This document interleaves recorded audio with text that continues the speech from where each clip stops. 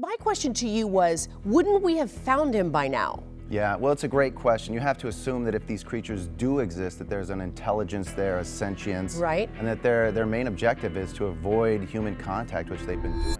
What you are about to hear is not a ghost story. It is not a conspiracy theory designed to entertain you. What you are about to hear is a documented, sourced, multi-witness account of a television show erased from every platform simultaneously. A crew member who vanished in a national forest and was never officially reported missing. A signal decoded from audio tracing back to a classified military installation, and a lead investigator whose last known words were 3 sentences someone decided the world was not allowed to hear. Somewhere in the forests of the Pacific Northwest, something was found, and the people who found it are gone.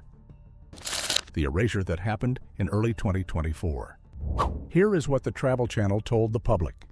In early 2024, they posted a routine scheduling update, removing Expedition Bigfoot from their programming calendar. No cancellation announcement. Within 72 hours, the show had vanished from the network's on-demand library, from every third-party streaming aggregator, and from its own official YouTube channel. Episodes that had been publicly available for 3 years were simply gone. Every single one of them, simultaneously, across every platform. This is not how television shows end. If you have ever watched a cable series get canceled, you know the pattern. There is a press release. There is a final air date. Sometimes there is a wrap-up special where the cast says goodbye. The complete multi-platform removal of Expedition Bigfoot followed none of those patterns. It followed the pattern of suppression. Quiet, coordinated, and executed with a speed that surprised even seasoned entertainment journalists who tracked the disappearance. Bryce Johnson was not cast on Expedition Bigfoot by accident. Discovery's production team specifically recruited personalities who brought external legitimacy to paranormal programming, and they knew exactly what they were doing. Johnson had a documented background in wilderness survival training, prior television work in factual programming, and a public reputation as a measured, evidence-first skeptic. In the industry's language, he was credibility insurance. For 3 seasons, that calculation paid off perfectly. When fellow investigator Ronnie LeBlanc leaned into spiritual interpretation and field researcher Mireya Mayor deployed academic zoological framing, Johnson asked the structural questions: chain of custody on the evidence, alternative explanations for the footage, and environmental variables that could produce false positives on thermal equipment. He was the reason skeptical viewers gave the show a chance. He made it safe to watch without feeling embarrassed. And that is precisely what made what happened to him so disturbing. Because if Bryce Johnson was scared, it meant there was something real to be scared of. Bryce Johnson's last verifiable public content was a 37-second audio-video clip uploaded to an account called Forest Signal 1977. A minor video hosting platform not typically used by entertainment industry professionals. The account had been created 6 days earlier. It had no profile image, no other uploads, and no follower base. The clip was not promoted anywhere. It spread entirely through organic shares in paranormal research communities and true crime forums before being removed via a copyright claim filed by an entity whose legal identity no independent researcher has been able to confirm. In the clip, Johnson's voice is immediately recognizable to anyone who watched the show. His tone is not panicked. It is something more unsettling than panic. It is the flattened calm of someone who has already passed through fear and arrived somewhere on the other side of it. He states that the footage his team captured was real. He states that what they filmed was not Bigfoot in any conventional folkloric sense. And then he says something that has haunted everyone who heard it before the clip was taken down. The clip included fragments of night vision footage from the Mount Hood location, a massive shadow moving between trees, its outline distorting at the edges, then a flash of white light that overloads the camera lens, then a sustained tonal sound that multiple viewers described as producing a physical vibration they could feel in their chest. Every archived copy has since been removed. What remains is fragmented testimony from people who saw it before it disappeared. The copyright takedown notices filed against the clip were described by digital forensics researcher Dr. Sandra Reeves of the Pacific Northwest Technology Institute as technically valid but procedurally strange. The claimant's identity was obscured behind a third-party rights management company that exists in legal databases but has no public-facing web presence, no listed clients, and no contact information. That is not how legitimate intellectual property enforcement works. That is how you erase something while leaving no fingerprints. The night the camera found something it should not have found. Before we go any further, you need to understand how thermal cameras actually work, because the footage that was deleted makes no sense unless you understand why it was impossible. What the thermal camera saw. Thermal cameras do not record light. They record heat. They capture the infrared radiation emitted by objects based on their temperature. In dense forest environments, this produces a consistent visual signature. Warm-blooded animals glow against the cooler ambient temperature of trees and soil. Bears register between 98 and 101 degrees Fahrenheit. Deer run between 100 and 104 degrees. Human beings register between 97 and 99 degrees at the skin surface under normal conditions. The technology is mature enough that law enforcement, military units, and wildlife researchers use it as a primary identification tool in zero-visibility conditions. What the Expedition Bigfoot thermal camera captured on its third night of deployment in the Olympic National Forest registered a core temperature that the camera's own software categorized as ambient plus 4 degrees. That means the figure was barely warmer than the surrounding forest. Approximately 45 to 47 degrees Fahrenheit. No known warm-blooded animal produces that signature while actively moving. Cold-blooded reptiles do, but no reptile in the Pacific Northwest reaches 8 feet in height or moves on 2 legs. Standard protocol on Expedition Bigfoot required overnight footage to be reviewed by a production assistant and logged into the episode's asset management system before the crew's morning briefing. The thermal footage from Night 3 was reviewed, logged as anomalous content flagged for Bryce review, and assigned a file reference number. That log entry still existed the next morning when Bryce requested a frame-by-frame analysis. The file it referenced did not. This distinction has been consistently underreported in every piece of coverage about the incident. The metadata trail survived. The actual file was gone. This matters enormously because system errors, power failures, and environmental data corruption destroy both the file and its metadata simultaneously. A targeted manual deletion leaves the metadata skeleton intact while removing the content. Someone knew exactly which file to remove. Someone had access to the production system, and someone did it deliberately. The technical operator responsible for the production's storage infrastructure conducted a diagnostic sweep the morning after the file disappeared. His findings were documented in a private report later shared with Bryce. Both the primary drive and the backup drive containing the thermal footage had been manually reformatted at 3:12 a.m. in the morning, hours after the encounter. Manual reformatting is a multi-step process requiring physical access to the hardware. It cannot happen accidentally. It cannot be triggered remotely by interference. A human being made a conscious series of decisions to erase that footage. The crew manifest for that night showed every named team member accounted for in their sleeping quarters during a standard 2 to 4 a.m. safety head count. Whoever reformatted those drives was not on the crew manifest. 2 unmarked dark-colored SUVs were observed parked on the logging road approximately 400 meters from base camp that night. They were gone before sunrise. The Olympic National Forest does not permit overnight vehicle camping on logging service roads. 3 days after the footage disappeared, Bryce Johnson received a message on his production-assigned communication device from a number that returned no carrier information, no geographic origin, and no registered identity. The message contained a single still frame extracted from the deleted thermal footage, showing the bipedal figure at the exact moment it turned toward the camera. Beneath the image were 3 words: "Stop showing this." That message confirmed 2 things simultaneously. Whoever deleted the footage had seen it first, meaning they knew exactly what was on it, and they had kept a copy for themselves while ensuring the production team could not. This was not a warning issued from ignorance. It was issued from full knowledge of the footage's content by someone with the technical capability to erase it, and the deliberate intent to let Bryce know they had done so. In documentary and reality television production, Location data is among the most extensively documented operational information a show generates. GPS logs, permit filings, insurance riders covering specific geographic coordinates, travel expense records tied to location addresses. The paperwork is extensive and exists in multiple systems simultaneously. This is why what Bryce Johnson found inside the production's encrypted server was so significant. The folder that should not have existed. The folder labeled Northwind Access had no corresponding paperwork trail anywhere in the show's official documentation.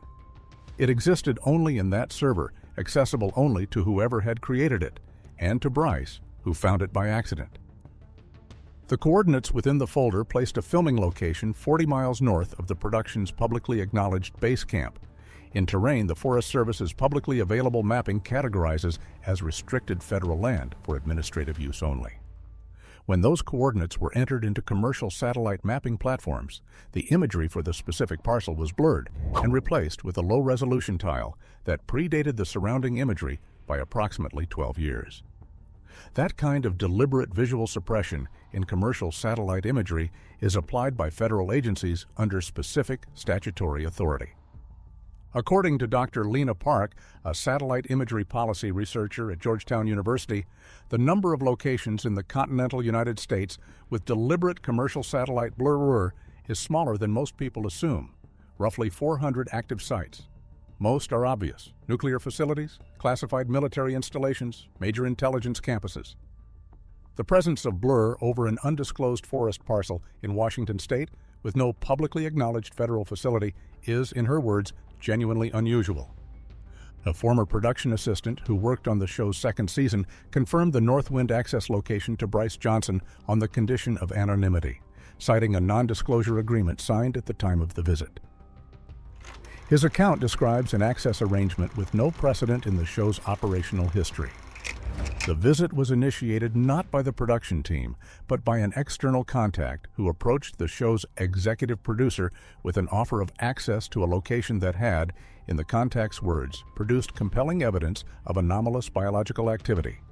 The contact's identity was never shared with the field crew. Transportation to the location was provided by the external party. 2 vehicles that the crew described as military-pattern SUVs with no civilian registration visible. 4 individuals in civilian dress but with the bearing and communication patterns of military or intelligence personnel accompanied the crew for the entire 19-hour duration of the visit. Every crew member present was required to surrender their personal recording devices before entering the location. All footage captured during the visit was immediately transferred to the external party's storage devices before being copied to the production's hardware. The NDA signed by all participants included provisions against discussing the location, the escorts' identities, or, and this is a direct quote from someone who read the document twice to make sure they had understood it correctly, any entity or phenomenon encountered during the access period. Open-source intelligence researchers have identified the name Northwind as a recurring project designation in declassified DARPA procurement documents from the 2003 to 2010 period, specifically in connection with biological entity detection and tracking research conducted in Pacific Northwest forest environments. The unclassified objectives referenced in those documents include development of autonomous detection protocols for non-cataloged biological presences in federally administered wilderness areas. The program's classified annex value is redacted. The contractor was a subsidiary of a major aerospace defense firm based in Virginia. The subsidiary's current operating status is listed as dissolved in 2011. Chris Hayden and the GPS data that should be impossible. Chris Hayden had worked in remote production environments for 11 years before joining Expedition Bigfoot as a drone and aerial camera operator in its 3rd season. He had documented experience in Alaska, 2 seasons on a wildlife series filmed in the Amazon basin, and contract work for a USGS geological survey team in Utah that required FAA remote pilot certification and familiarity with operating in communications-restricted environments. He was not someone easily rattled by difficult field conditions. His colleagues across multiple productions described him as methodical and professionally cautious. In 2 seasons of working with him on Expedition Bigfoot, he had never once missed a scheduled radio check-in. Not once. The GPS locator attached to his equipment on the night of his disappearance transmitted position updates at 10-minute intervals. His final confirmed position was 0.3 miles east of base camp at 11:47 p.m., consistent with the trail camera deployment route he had been assigned. The next transmission, which would have occurred at 11:57 p.m., placed him 11:47 miles north-northwest of base camp in terrain with no trail access and no road connection to the area he had been working in. The transmission after that never came. Let us be precise about what those numbers mean. A displacement of 11:47 miles in a maximum elapsed time of 10 minutes requires a sustained average speed of 24.6 miles per hour. Professional mountain runners cover that terrain at 6 to 8 miles per hour on marked trails under daylight conditions. Under zero visibility, off-trail forest conditions, sustained movement at 24 miles per hour is not physically possible for a human being on foot. The GPS data either reflects a calibration failure or Chris Hayden was moved, and moved very fast. The drone recovered at Hayden's last confirmed position was a DJI Matrice 300R TK unit, a commercial-grade aerial platform valued at approximately $13,000. It was powered on. Its motors were running at idle. Its cameras were active and recording, pointed at the sky. Operators who leave deployments for any reason power down equipment first, for battery preservation and for the security of expensive hardware. The unit had been running unattended for an estimated 45 minutes by the time the search party reached it. The mature Douglas fir tree beside the drone had been fractured at a point approximately 5.5 feet from the ground. Forest pathologists attribute clean mid-trunk breaks to direct impact loading. A falling tree striking a standing tree, a vehicle impact, or in rare documented cases, a large primate species applying rotational force. There were no other fallen trees in the vicinity. There was no evidence of vehicle access. The fracture was fresh, occurring within hours of the search party's arrival based on exposed wood moisture content.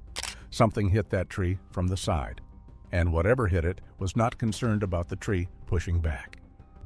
Olympic Peninsula law enforcement response to missing person reports in the National Forest is coordinated between the Jefferson County Sheriff's Office and the National Park Service's Ranger Division. Neither agency has acknowledged responding to the Expedition Bigfoot Base Camp on the night in question. Neither agency has a publicly accessible incident log record of a missing person report filed for Chris Hayden from that location on that date. The two men in non-standard uniforms who accompanied the Rangers the following morning and ordered the production crew to vacate were described by multiple witnesses as wearing dark tactical-style clothing with no visible agency patches or badge numbers. A former military intelligence officer who reviewed the witness descriptions identified what one witness described as a small pin on one lapel as insignia consistent with personnel attached to interagency working groups under the Office of the Director of National Intelligence, specifically those with jurisdiction over anomalous phenomena field response. A Jefferson County Sheriff's deputy confirmed to a local journalist off the record that his department received a federal advisory notice 3 hours before the crew reported Chris Hayden missing, instructing local agencies not to initiate independent investigations in that grid sector. 3 hours before the crew even knew he was gone. That is not a coincidence. That is foreknowledge. And foreknowledge of that specificity applied to that location on that night has only one explanation that survives logical scrutiny. Whoever issued that advisory already knew what had happened in those trees and had known in advance that something was going to. The sound that should not have been there. What Bryce Johnson found buried in the Expedition Bigfoot audio files from the ridge overlooking the Olympic Peninsula Valley was not anomalous static. When isolated, slowed, and spectrally analyzed, it produced a pattern with the mathematical regularity of intentional encoding. The signal repeated at intervals of 7.3 seconds. A non-standard interval that does not correspond to any documented natural acoustic phenomenon, any electronic interference pattern, or any equipment artifact in available technical literature. The sound engineer who performed the analysis identified the encoded pattern as a variant of a covert signaling technique documented in declassified NSA training materials from the 1980s. The technique encodes geographic coordinates as tonal sequences within a carrier signal using a pre-agreed key to translate frequency relationships into decimal degree values. When decoded using standard NATO military coordinate notation conventions, the signal placed its transmission origin inside a specific building at Joint Base Lewis McChord, the major military installation in Washington state, located 12.4 miles from Chris Hayden's last known GPS position. Joint Base Lewis McChord hosts, among other units, the 1st Special Forces Group and multiple intelligence support elements whose specific designations and missions are classified. The signal was recorded on the Expedition Bigfoot audio equipment at 11:30 p.m., 6 minutes after the final confirmed GPS transmission from Chris Hayden's locator device. 4 minutes before the anomalous 4.1-mile displacement reading that preceded his signal going permanently dark. The signal was not a rescue beacon sent by Chris Hayden. It predates his disappearance. It is a transmission from a third party, one monitoring the situation from a location connected to a classified military installation, communicating something about the encounter as it unfolded in real time. The Expedition Bigfoot crew was not alone in those woods, and whoever else was there had a direct line to Joint Base Lewis McChord. A FOIA request filed for all incident reports from Joint Base Lewis McChord's Intelligence Directorate on the date of Chris Hayden's disappearance was responded to with a GLOMAR response, a legal category that neither confirms nor denies the existence of responsive records.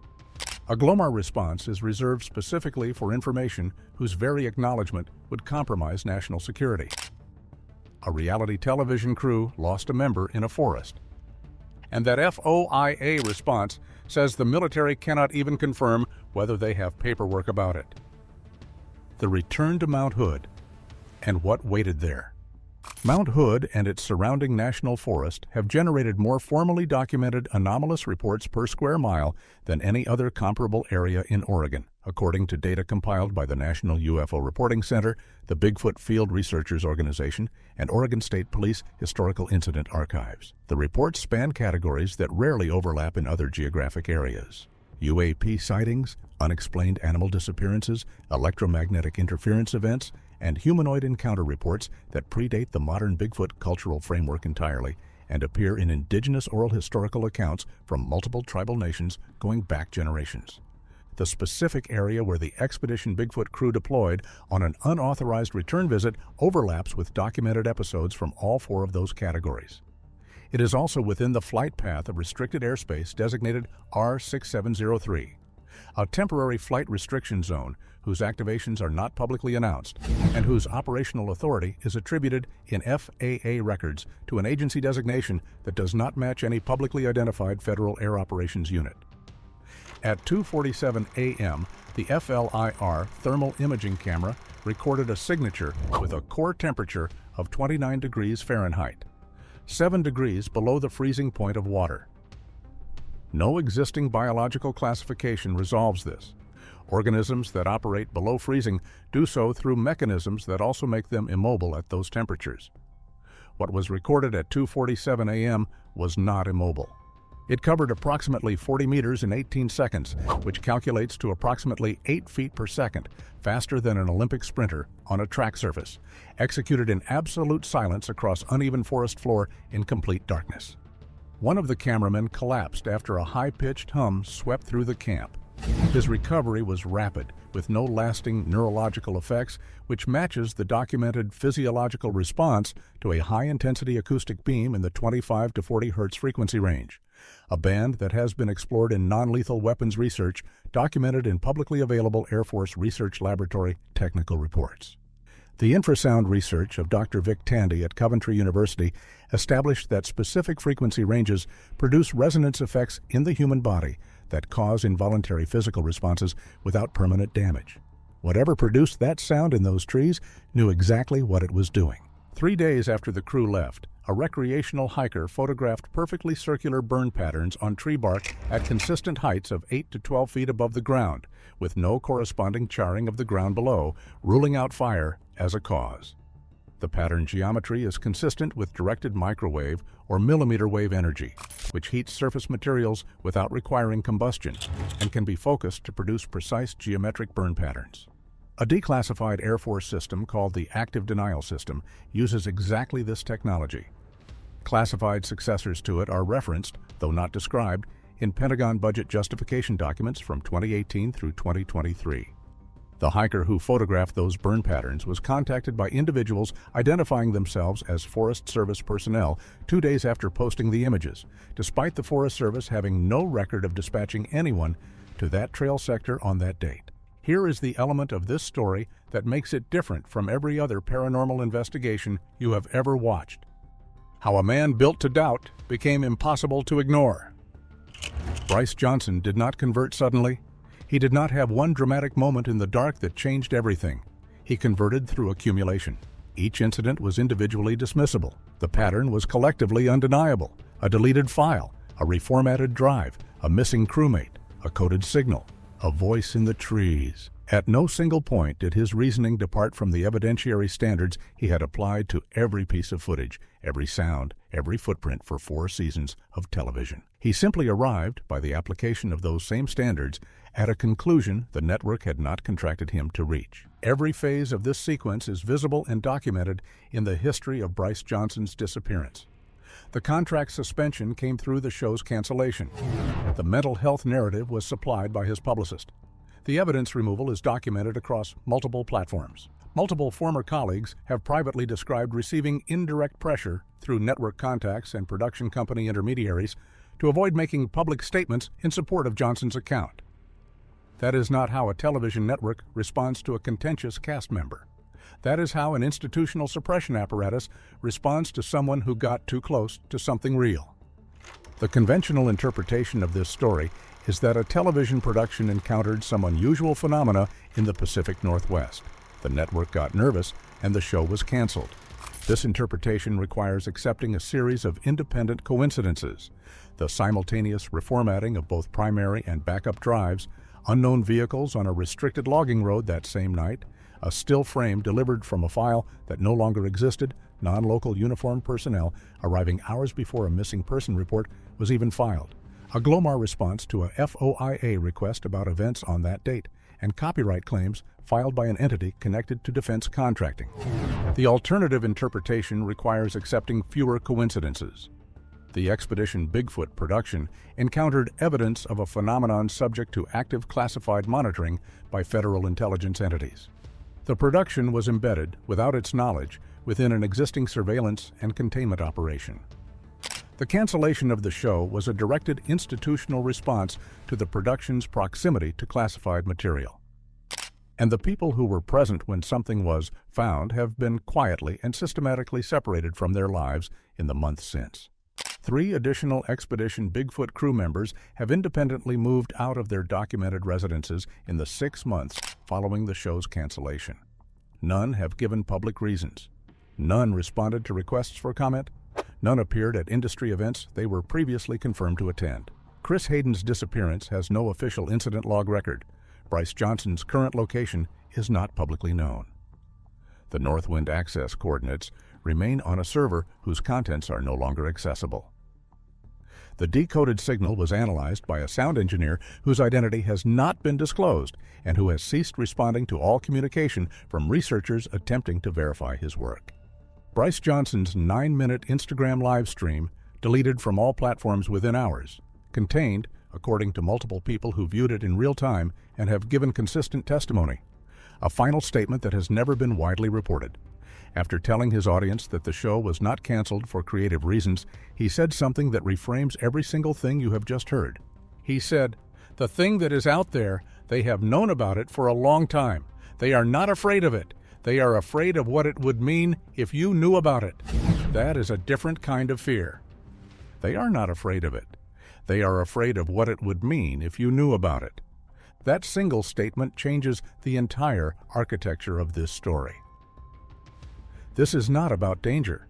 This is not about a creature the government is afraid will hurt someone. This is about knowledge, about what happens to the organized structure of authority when the public is allowed to learn that the account of the world they have been given is fundamentally and irrevocably incomplete. Phenomena that fall outside that account do not simply complicate the existing framework. They require it to be rebuilt entirely from the ground up.